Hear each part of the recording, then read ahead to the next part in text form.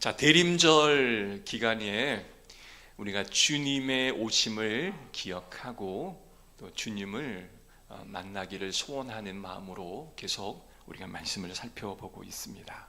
우리가 어떤 마음으로 주님을 기다려야 할지 한번 깊이 묵상하는 그런 시간이 되기를 원합니다. 여러분, 이번에 제가 이제 좀 산에 좀 올라갔다 왔어요. 도심에서 잘 볼 수 없는 하늘의 별들을 산에 가면 참 이렇게 선명하게 볼 수가 있어요. 제가 이제 군 생활을 했던 철원은요, 하늘이 너무 아름다워요. 아무것도 없는 그 민통선에 하늘을 바라보면 별들이 그렇게 총총하게 떠 있는지 제가 이제 지방에 살 때는 잘 몰랐던 거죠. 근데 철원이라 해서 하늘과 더 가까워서 별들이 잘 보였을까요? 그건 아니죠. 우리가 하늘을 바라보는 데 있어서 우리의 시야를 가리는 어떤 대기의 오염 상태, 그 상태가 사실은 하늘의 별을 바라볼 수 없게 만드는 어떤 장애가 되는 것을 알게 됩니다. 우리가 하늘을 바라보면, 밤에 하늘을 바라보면 별들이 안 보여요. 그러면 별이 없다 이렇게 생각하기가 굉장히 쉬운데, 하늘이 흐리다고 해서, 대기가 오염되었다고 해서 하늘의 별이 없는 건 아니잖아요. 단순히 우리가 볼 수 없을 뿐이지 여전히 그 자리에서 빛나고 있는 것이 사실입니다. 그러면 우리가 지금 눈앞의 어두움은 과연 뭘까? 뭔가가 어두워졌기에 하늘의 별을 볼 수 없는 것 아니겠습니까? 자, 이 우리의 어두움은요, 하늘이 어두웠다라기보다는 내 눈앞에 가려진 뭔가가 어두워졌기에 하늘을 바라볼 수 없었다라고 생각할 수가 있어요. 여러분, 잠시 가려졌지만 결코 사라지지 않는 것, 그것은요, 구름이 걷히고 대기가 깨끗해지면 다시 볼 수 있는 별이 되는 것입니다. 반짝이는 별을 볼 수 없게 가리는 것들이 있다라는 거예요. 그것이 뭘까? 흐릿한 우리의 시야를 가리는 것들이 우리의 일상에서의 과연 뭐가 있을까? 어떻게 하면 이 가려진 흐릿한 것을 제거를 하고 선명하게 그 별을 볼 수가 있을까? 이게 바로 오늘 우리가 나누어야 할 인생의 주제입니다. 여러분, 우리 인생을 흐릿하게 만드는 요소들이 굉장히 많이 있는데요, 오늘 1절에 있는 말씀을 우리 함께 읽어봅시다. 시작. 이러므로 우리에게 구름같이 둘러싼 허다한 증인들이 있으니 모든 무거운 것과 얽매이기 쉬운 죄를 벗어버리고 인내로서 우리 앞에 당한 경주를 하며. 오늘 본문에 두 가지가 나와요. 무거운 것과 얽매이는 것들, 이 두 가지가 나옵니다. 여러분, 물보다 무거운 게 뭘까요? 돌이 무겁겠죠. 돌보다 무거운 건 쇠일 겁니다. 근데 금속인 쇠보다 더 무거운 것은 납이에요, 납. 자, 그런데요, 무거운 것보다 더 무거운 것은 모든 사람에게 짐이 되어지는 구원의 은혜를 받지 못한 나, 그게 세상의 그 어떤 무거운 것보다 더 무거운 것이 돼요. 제 아무리 무겁다고 한들 구원의 자유를 얻지 못한 나, 이보다 더 무거울 수는 없다라는 거예요. 여러분, 나라는 것을 내려놓기가 그렇게 힘드는 거예요. 이렇게 짐이 된 무거운 나를 우리는 뭐라고 부르냐면 죄인 된 상태의 나라고 규정을 합니다. 죄인 된 상태의 나를 우리는 내려놓지도 못하고, 그리고 그것을 떠안으며 무겁게 세상을 살아가고 있어요. 마치 체중이 갑자기 늘어버려서 몸 움직이기조차 힘든 그러한 비만증에 걸려있는 상태의 사람들처럼 나 자신이 그 자리에 너무나 무거운 것을 어깨에 미고 살아가고 있다는 거예요. 여러분, 밀착되어 있으면 잘 보기가 힘들어요. 자세히 보려면 좀 일정한 거리를 두고 멀찍이 떨어져서 그것을 봐야 하는데, 죄인된 상태가 나와 너무나 밀착되어 있기 때문에 이 상태를 좀 내가 볼 수 있었으면 좋겠는데 볼 수가 없는 거예요. 죄인된 상태와 내가 너무나 밀착되어 있기 때문에. 여러분, 이 밀착된 나 자신을 좀 멀리 떨어져서 그것을 바라보고 또 그것을 관찰을 해야, 내가 이렇게 무거운 죄의 짐에 짓눌려 있었구나 라는 것을 알고 하나님 앞에 기도하고 또 누군가의 도움을 받아서 이 무거운 짐을 내려놓을 수가 있을 텐데, 그리할 수 없는 이 현실이 더 우리를 무겁게 하는 경우들이 굉장히 많습니다. 죄인된 나 자신의 이 무거운 짐을 내려놓기 위해서는 성령의 도우심이 필요해요. 그리고 성령께서 인도하시는 어느 한 사람의 조력도 필요하다는 겁니다. 그래서 내가 내 자신을 멀찍이서 바라보고 이 무거운 짐을 지고 있는 것을 내가 인식을 하고 그것을 비로소 내려놓을 때 하나님께서는 우리 마음속에 평안을 우리에게 선물로 주실 줄로 믿습니다. 또한 이러한 예화가 있어요. 여러분, 토끼와 거북이의 경주, 그 동화 많이 아시들 거라고 생각합니다. 어느 날은 토끼와 거북이가 경주를 이제 하려고 출발선에 딱 섰어요. 열심히 둘이 시작벨과 함께 내달리기 시작합니다. 토끼는 아주 먼 길이었지만 그냥 단숨에 거북이를 이제 앞질러서 가고 있었어요. 그런데 이제 뒤를 딱 바라보니까 거북이가 저 뒤에서 느리 걸어오는 거예요. 토끼가, 제 거북이가 나를 따라잡으려면 정말 많은 시간이 필요하겠다 싶어서 한숨 자도 괜찮겠지라고 생각을 하고 그 자리에 잠을 잡니다. 근데 그때 어떤 일이 일어나요? 거북이가 느리 가면서 결국 토끼를 앞질러 결승점에 도달 직전까지 옵니다. 그때서야 토끼가 잠에서 깨요. 아차, 내가 너무나 많은 잠을 잤구나 했더니 어느새 거북이는 결승점을 통과해서 경기에 지고 말았어요. 이 무슨 차이일까요? 토끼는요, 거북이를 목표 삼았습니다. 거북이를 이기는 것을 목표로 삼았어요. 근데 거북이는요, 토끼가 목표가 아니라 결승점이 목표였던 거죠. 그래서 그 결승점을 향하여 지고지순하게 달려갔던 거고, 또 토끼는 거북이를 이길 모양으로 거북이가 뒤에 있으니 잠을 자도 되겠다라는 생각을 했던 거죠. 우리가 하나님을 보기 위해서 이 흐릿한 가려진 것들을 다 거두기 위해서는 오직 주님만을 바라보는 그런 마음이 필요한 우리의 은혜를 여러분 누리시기를 주의 이름으로 축복합니다. 오늘 예배를 드리기 위해 여러분 다 오셨어요. 누구를 만나기 위해 오신 거예요? 하나님, 예수 그리스도, 성령님을 만나기 위해 이 자리에 오셨을 겁니다. 우리의 인생의 목표가 분명해야 돼요.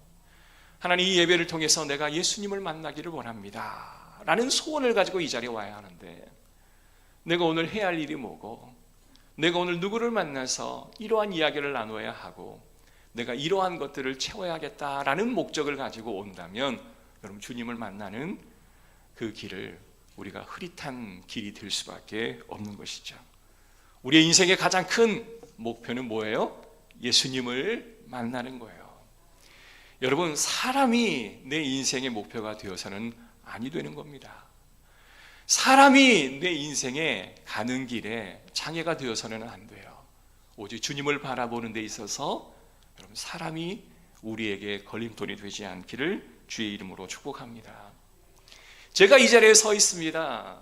제가 하나님의 음성을 내가 마음속에서 말씀을 준비하다가 우리가 그것을 여러분에게 전달을 하는 거예요. 저는 하나님의 음성을 전달하는 역할 뿐입니다. 그렇죠? 그런데 제가 여러분들의 한 사람 한 사람의 모습에 집중한다면 하나님 말씀이 잘 전달될 수가 있을까요? 만약에 여러분이 앉아서 잠을 주무셔요. 그죠? 잠은 저녁에 집에 가서 주무셔야 되는데 아니 이 자리에 앉아서 잠을 주무신단 말이에요. 그럼 제가 그 사람에게 집중을 하게 되면 하나님 말씀이 온전히 선포되어지는 것이 방해가 되지 않겠습니까? 여러분이 하나님을 만나야 하는데 인간인 조인수 목사를 바라보면 하나님을 바라보는데 방해가 되어지는 거죠. 여러분, 우리에게 목표는 거북이가 아니라 오직 목적지, 그 결승점에 계시는 하나님이신 줄로 믿습니다. 우리는 예수님을 만나러 이 자리에 온 거예요. 그래서 우리가 얼마나 쉽게 우리의 목표를 흐릿하게 만드는 것들이 많은지 이것들을 하나씩 제거하는 은혜가 있기를 주의 이름으로 축복합니다. 두 번째는 얽매이기 쉬운 건데요. 여러분, 얽매이기 쉬운 죄는 우리 가까이 있는 죄라고 저는 믿습니다. 예전에는요, 우리가 죄를 지으려면 어떻게 해야 돼요? 죄를 지어야 하는 그 장소에 가야 해요. 도둑질을 하기 위해서는 남의 담을 넘어야 하는 그 장소에 가야 하고, 도박을 하려면 도박장에 가야 하고, 우리가 죄를 지으려면 적극적으로 내 발이 그 죄의 현장에 가야 해요. 그러나 현실로 되어가면서 어떻게 됩니까? 우리의 핸드폰 안에 모든 죄가 그 안에 담겨 있다라는 거예요. 지난주에 제가 뭘 한번 사려고 물건을 검색한 적이 있었습니다. 근데 참 물건 하나를 검색했을 뿐인데 그 이후로 온갖 모든 정보가 그 홈쇼핑 그 회사에 어떻게 전달됐는지 모르겠지만 계속해서 그 물건 사라고 답장이 오는 거예요. 혹해서 야, 이거 괜찮은데 혹시 회원이나 가입하게 되면 그 다음부터는요 엄청난 문자가 와요. 여러분도 다 경험하셨죠? 요즘 뭐 쿠팡, 테무 이런 데는요 더 징글징글 맞는 것 같아요. 혹시나 실수로 장바구니 넣었다 그러면 뭐 30% 할인을 한다, 뭐 한 80% 할인을 한다, 온갖 소리를 우리에게 유혹하여 우리를 현혹합니다. 여러분, 이 추천 알고리즘 때문에 그렇죠. 내가 하나를 검색하면 그 검색했던 것들이 모든 사람들이 어떻게 다 알고 이것을 나에게 문자를 보내는 거예요. 우리가 남을 헐뜯는 뉴스를 하나를 보잖아요. 그러면 그 헐뜯는 뉴스가 계속 나와요. 누구를 비방하는 어떤 영상을 보면 우리는 그 비방하는 영상이 계속해서 떠서 나를 괴롭힙니다. 이것이 바로 클릭 한 번으로 내가 죄를 범할 수 있는 방법이에요. 또 밤이 늦은 시간이 되면 온갖 음란한 영상들이 우리를 유혹하잖아요.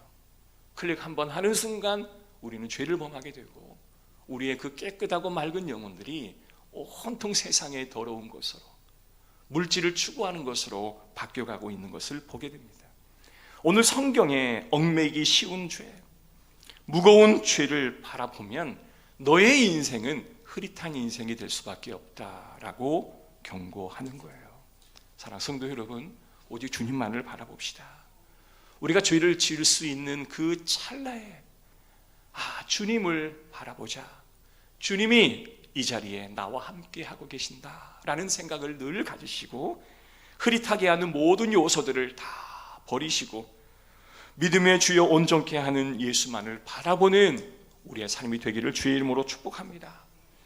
여기에 바라보다라는 이 단어의 뜻은 뭐냐? 눈을 들어 상태를 주목하는 것을 뛰어넘어 의도적으로 바라보라라는 겁니다. 저는 의도적이라는 말을 참 좋아해요.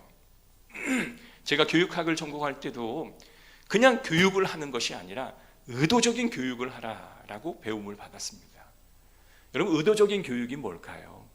그냥 내가 내키는 대로 가르치는 게 아니에요. 오늘 이것을 가르치면 좋겠다라고 해서 생각 없이 가르치는 게 아니라는 거예요. 의도적인 교육이 되어야 그 교육하는 자의 철학이 그 제자들에게 전달될 수가 있지 않겠습니까? 신앙생활도 마찬가지예요.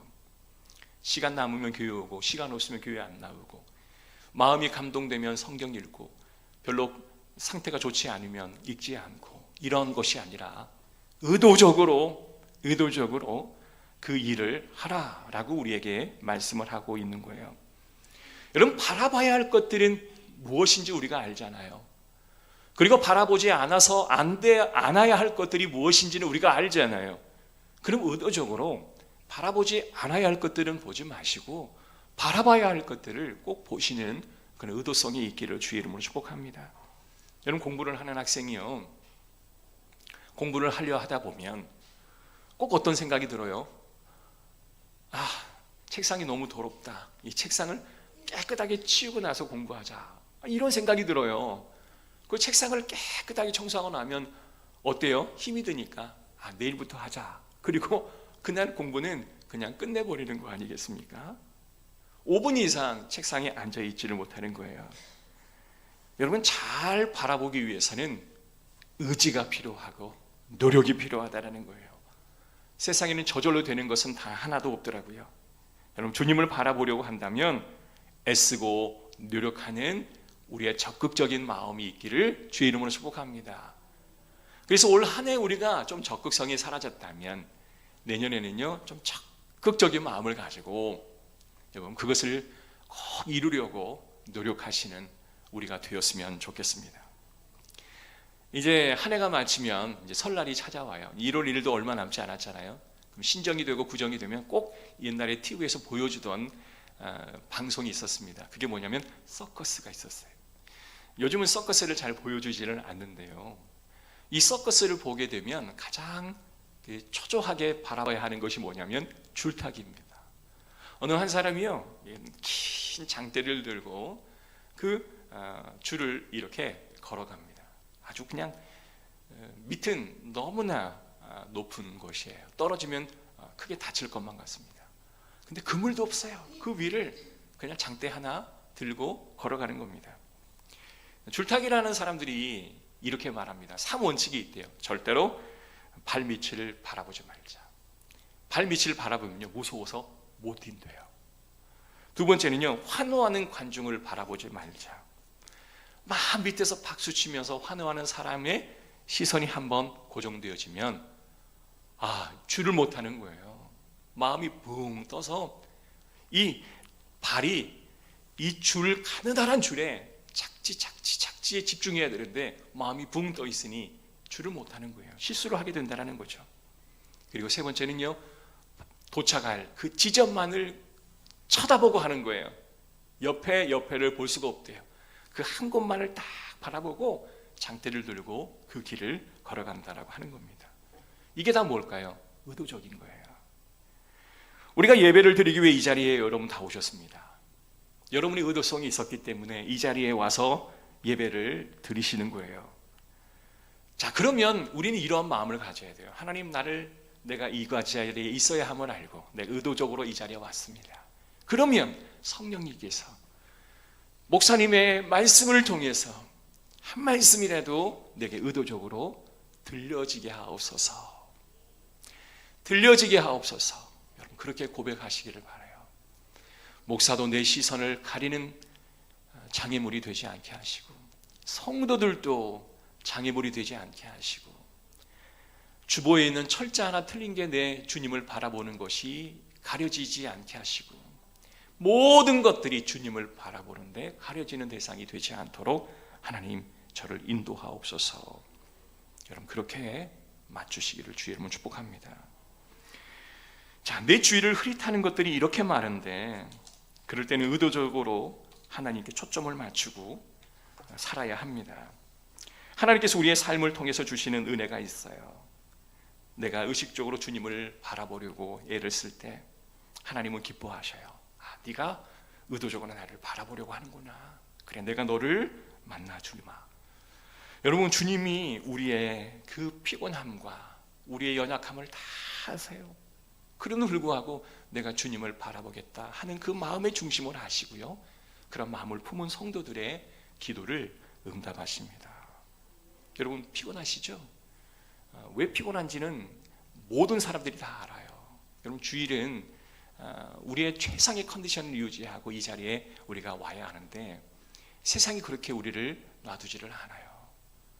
밤늦게까지 일을 해야, 또한 열심히 수고하고 뭔가를 집중해야, 세상이 원하는 것들에 조금은 부상 주님이 원하시는 예배가 되기 위해서 우리가 한 가지 더 가져야 할 게 있어요. 제가 요즘 그 유튜브를 좀 보다 보면 심진석이라고 하는 마라토너가 있더라고요. 영비 집사님 알죠? 영비 집사님 마라톤 한다며. 몰라요? 이 사람을 한번 찾아보세요. 그 심진석이라고 하는 그 달리기를 하는 사람인데 어느 날 딱 봐도요, 약간 좀 그렇게 뭐 멋진 외모를 가졌거나 그 마라토너로서의 그 멋진 트레이닝복을 입고 좋은 신발을 신고 멋지게 멋진 폼을 가지면서 뛰는 그런 사람이 아니었어요. 건설 노동자인데요, 장애를 갖고 있는 가족 그리고 연로하신 부모님을 봉양하기 위해서 건설 노동자 비계공으로 열심히 일을 하는 한 청년이었습니다. 30대 초반 정도 됐나요? 아니면 20대 후반 정도 됐을까요? 근데 이 청년이 마라톤을 그렇게 좋아하는 거예요. 그래서 42.195km를 2시간 31분인가 거기에 주파한 거예요. 대단한 거죠. 웬만한 선수들보다 더 잘 달리는 거죠. 황영조 선수가 한 2시간 10분대, 이봉주가 한 2시간 9분대 한국 신기록을 갖고 있기 때문에 이렇게 탑 클래스의 선수보다 한 20분 정도, 이건 대단한 기록이죠. 엄청난 기록이다라고 생각을 하는데요. 심지어는 5일 동안 5번 42.195km를 뛰어갔고, 5번을 다 그 3시간, 2시간 30분 안에 들어왔대요. 대단한 사람 아닙니까? 근데 그것만으로 우리가 그 사람을 조금 지켜 세우는 것이 아니라 그 사람이 아침에 비계공으로 출근을 하면 뛰어가요. 현장까지. 작업화를 신고 작업복을 입고 그 한 10km 정도 되는 데를 뛰는 거예요. 하루 종일 열심히 일을 하고 또 밤에도 뛰어서 퇴근을 하는 거예요. 그게 그분의 유일한 훈련이에요. 그러면서 그렇게 열심히 잘하는 거예요. 그러니까 많은 사람들이 집중을 하고, 최근에는 TV에도 막 나오는 것 같아요. 그런데 어느 날 이 사람이 뛰다 보니 이제 신발끈이 풀려버린 거예요. 여러분, 마라토너가 신발끈이 풀리면 어떻게 해야 돼요? 잠시 멈춰서 신발을 다시 묶든지, 그죠? 그래야 되는데 아랑곳하지 않고 뛰어가는 거예요. 나중에 왜 신발끈을 묶지 않고 뛰었냐? 신발이 벗겨졌다가 다시 신겨졌다 하는 그러한 상황 속에 왜 그렇게 하셨냐라고 물어보니, 내가 한번 달리면 나는 멈출 수가 없습니다. 나는 어떤 상황이 와도 끝까지 달릴 겁니다 라고 하는 그 이야기가 많은 사람들의 마음을 좀 이렇게 심쿵하게 만드는 그런 부분들이 있었어요. 여러분, 사실 우리는 뭘 하다가 잘 안 되면 자꾸 핑계를 대잖아요. 이것만 있었으면, 이것만 내게 주어졌으면, 이것만 내게 허락되었으면 나는 더 잘했을 텐데, 나는 이것 때문에 안 됐다고 핑계 댈 수 있을 텐데, 그런 핑계대는 많은 현실 사람들 앞에 핑계대지 않는 그 한 약간 좀 어리숙해 보이는 그 청년의 말이 그렇게 가슴에 와닿기 싫어하는 거예요. 와닿기 시작하는 거예요. 사랑하는 성도 여러분, 우리는 핑계댈 수 있지만 그걸로 인해 하나님을 바라보고 예수님을 바라보는데 그것이 우리를 바라보지 못하게 하는 장애가 되지 않도록 흐릿한 것을 다 치우는 은혜가 있기를 주의 이름으로 축복합니다. 세 번째는요, 주님을 생각하며 우리는 살아야 합니다. 자, 우리 3절의 말씀 한번 다 같이 읽어볼게요. 시작.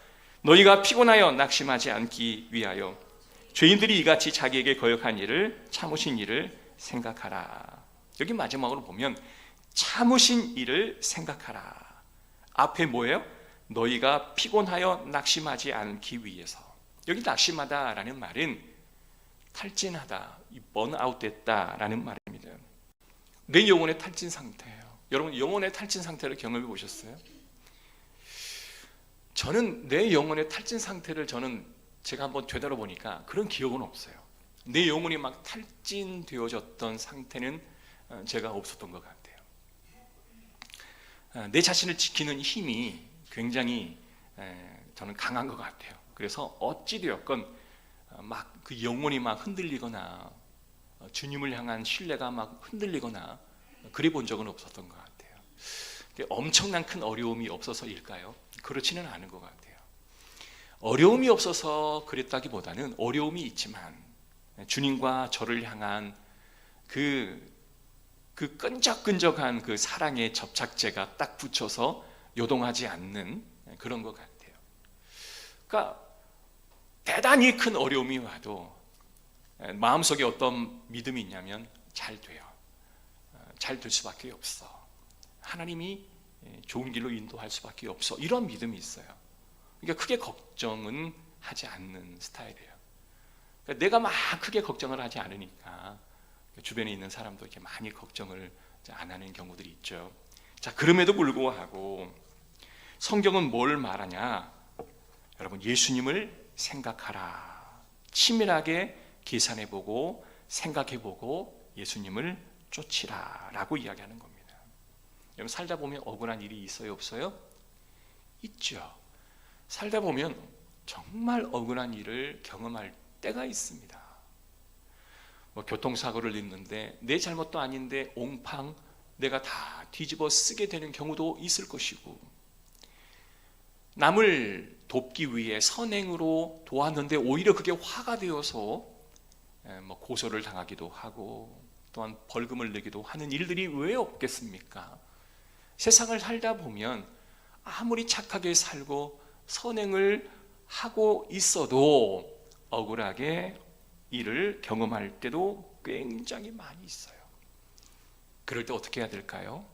하나님, 나 억울하고 힘드니 나 주님 보는 거 멈출래요. 이래 말할 수 있습니까? 그러면 안 되는 거죠. 그것만큼은 흔들려서는 안 되는 거죠. 주님, 내가 억울한 일을 당했습니다. 답답하고 억울합니다. 그러나 주님은 저보다 더 답답하신 줄로 믿습니다. 우리가 억울한 일을 당해 힘듭니다. 그러나 주님은 더 힘들었을 줄로 믿습니다. 여러분, 주님을 바라보세요. 우리가 당한 그 어려움에 수십 배, 수천 배의 어려움을 당하지 않았습니까? 우리가 당했던 오해와 질투, 그 많은 고통을 우리 주님은 더 많이 당하셨어요. 여러분, 우리가 주님을 바라볼 때 내 어려움과 억울함이 내 마음에 들 때, 그것이 흐릿하여 주님을 보는데 방해가 될 때, 우리는 누구를 떠올려야 됩니까? 주님이 당하시는 고통, 주님이 경험하셨던 어려움을 떠올리시기를 주의 이름으로 축복합니다. 주님은 우리보다 더 억울하셨고, 주님은 우리보다 더 고통스러워하셨고, 주님은 우리보다 더 힘들어하셨음을 우리는 믿어야 합니다. 주님은 우리를 구원하기 위해 그와 같은 어려운 일들을 당하셨던 것처럼 저와 여러분도 그러한 것들을 감내하시고 치워버리시고 주님을 보시는 여러분 되시기를 주의 이름으로 축복합니다. 여러분, 연말이죠. 우리의 마음이 흐릿해질 수 있습니다. 목적 없이 가다 보면 우리가 어디로 가는지조차 알 수 없는 상태가 우리에게 찾아올 것입니다. 주님이 원하시는 것은 흐릿한 인생에서 흐릿하게 살아가는 인생이 아니라 선명한 세상에서 선명한 인생을, 또한 선명한 신앙의 생활을 하기를 주님은 기대하고 계실 줄로 믿습니다. 여러분, 그 분명한 목표를 향하여 선명하게, 그리고 선명하게 주의 일을 감당하시기를 주의 이름으로 축복합니다. 기도합니다. 하나님, 감사합니다. 세상이 어두